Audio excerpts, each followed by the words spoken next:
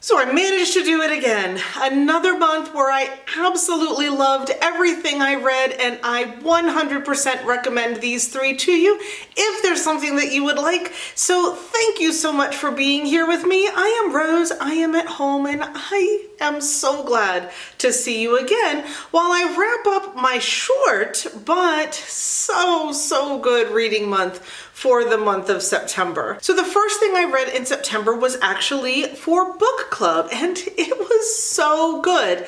It is called Shudder. I'm gonna put that up so you can see it. And it is by Ramona Emerson. And this is amazing. And if you are still looking for ghost stories to read for October, things that have a really creepy, scary bent, this is the book for you. It is a mystery thriller type piece. It is a police procedural, but it also has a supernatural side to it. You get the plotting of a suspenseful thriller with the supernatural from the ghosts, and it's so strong. If very graphic depictions of the human body after severe car accidents or automobile accidents would bother you, this might not be the one for you. It is very graphic for the first, I'm gonna say 3 to 5 pages. This is what we discussed in book club. I think the author did that so she did not have to continue with how graphic the things that our main character was taking pictures of were. So by doing it at the beginning, we can now fill in the blanks for the rest of it. And I think it was done really well. But if that's gonna bother you, then this might not be the book for you. But if you can get through that, the rest of it, you're not going to have to see it that graphically done again. Premise. Our main character, Rita, is a crime scene photographer. So anytime there's a car accident, anytime there's a murder, anytime there's anything like that, they call her and she goes out and she takes pictures of the parts of the body or all of this stuff. She also, since she was a small child, has been able to see ghosts. So think kind of Jennifer Love Hewitt, the Ghost Whisperer, but if she had a really graphic job that put her around a lot of kind of gross things. So at the very first crime scene, she is there to take pictures of what appears to be a woman who jumped off of like an overpass into oncoming traffic and was broken into lots and lots of pieces. And so her ghost travels with Rita throughout the book. And there's so many twists and so many turns, and you don't know who to trust and you don't know who's really the bad guys. And she's also dealing with some really bad Rita is also dealing with some really bad mental health stuff because the ghosts are getting in far more than they ever have before. So she's not sleeping, she's not eating, she's trying to do this job, and it's just kind of all coming down on her at once. It was so good. It was totally a page turner. I will say it reads a bit like a setup for a series.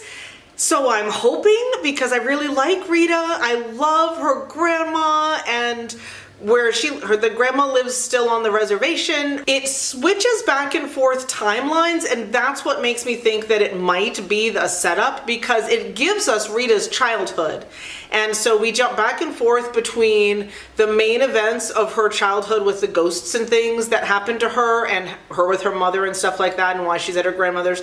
And then it jumps back to present day where she's dealing with all of the crimes that are happening right now and trying to figure things out, but she's not even a police officer, she is a photographer.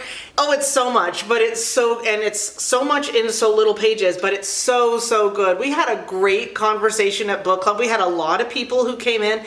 When I was reading the first few pages, I thought we might have some folks skip it because of how graphic those first few pages are, but folks were there. Folks were there and ready to talk, and I think we all really enjoyed it. And I think if you like police procedural with some extra ghosties with the mosties, and you can handle the graphic stuff, I think you'll love it too. So the second thing I read in September was The Longest, and it was actually a reread, but I'm so glad I reread it because there was so much that I had forgotten from the first time.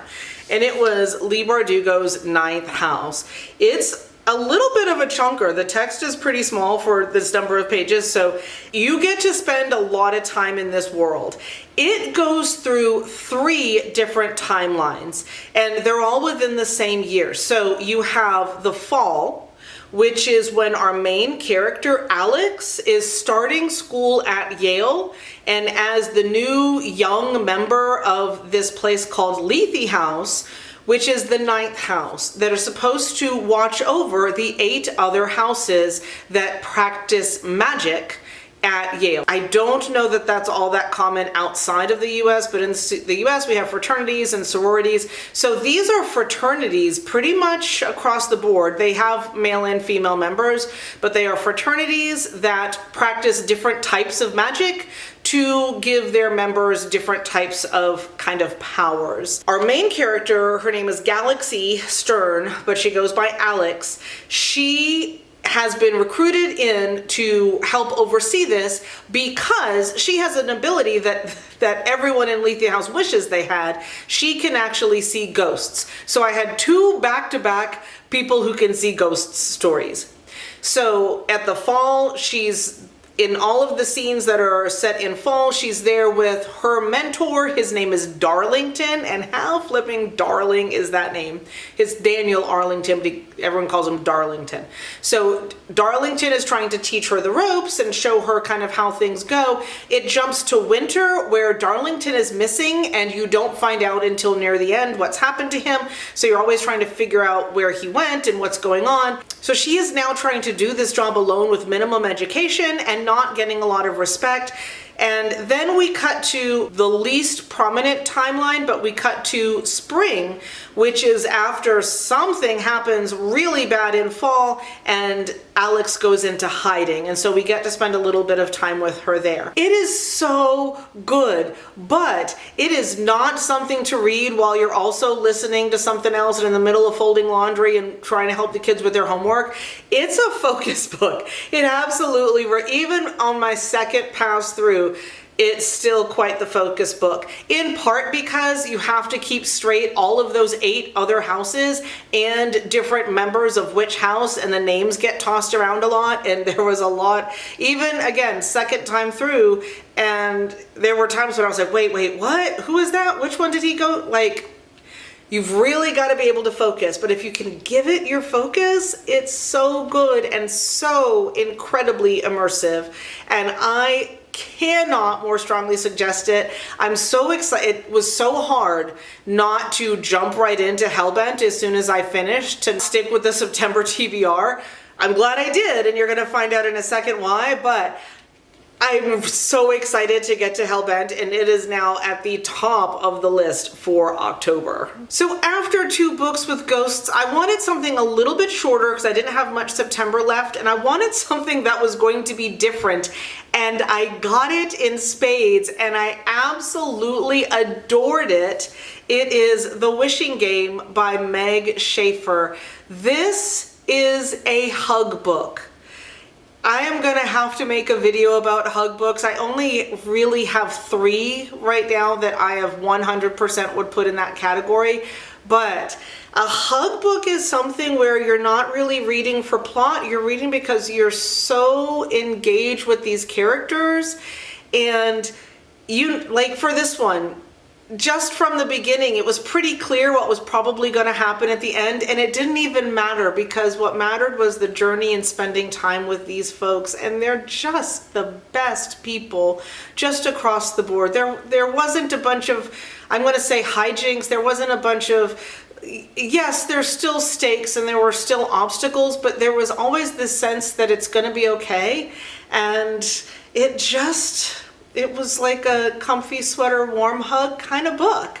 So it is the story of a woman named Lucy. She had an absolutely horrific childhood, and at one point she ran away to to be the sidekick for her favorite children's book author, because she had written him letters and he wrote back and basically said, I wish you could come here and be my sidekick. And as a child, she took that as an actual invitation and she shows up. He's amazing to her, but of course calls the police and they come and get her and she has to go home. That's kind of her backstory. Where she is right now, she is working as a teacher's aide in California. She's making minimum wage, but one of her young students that she had in kindergarten 2 years earlier that she had gotten really close to, she could tell that he was struggling in a lot of the ways that she had struggled at his age. And so she started trying to be extra nice to him and friendly with him, and she like tutors him and things like that. Well, he was with parents, he is now in foster care,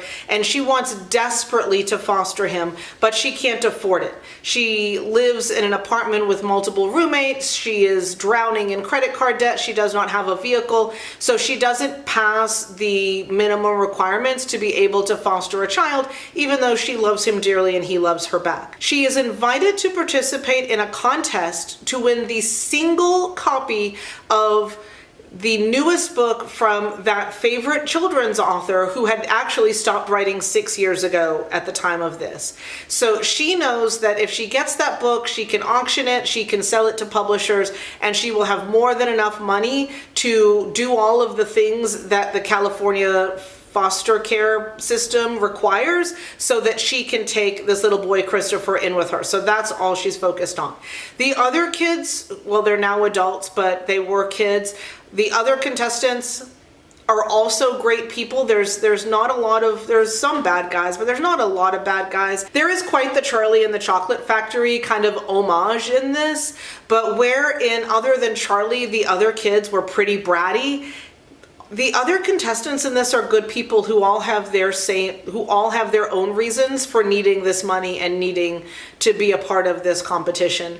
And so there's not so much a bad guy so much as just a lot of bad circumstances that are happening to folks in this book. But it ends beautifully. I cried those kind of happy tears of relief and yeah, I don't even know what else to say. There's also a bit of a love interest. I'm not going to say anything else, but he's a good one. I am picky when it comes to romances, but I approve of this one. It was great. All of it was great. I had the best time. So if you want something that's not super roller coastery, you want something that's just going to be cozy and snuggly and make you feel good, this is a great book, and I think it would be awesome for like a November, December type read. So yeah, I did it again. I guess I'm gonna need to make a video on how I keep picking books that I know I'm gonna end up loving and actually loving them. As soon as I figure out how I'm doing it, I will totally pass that along. And if you'd like to see that video when it happens, or any of my others, please go ahead and click that subscribe button, and I'd love to have you come back and spend more time with me. And in the meantime, I hope that you have an absolutely amazing week, and I hope that you get to read some absolutely amazing books. Bye, y'all.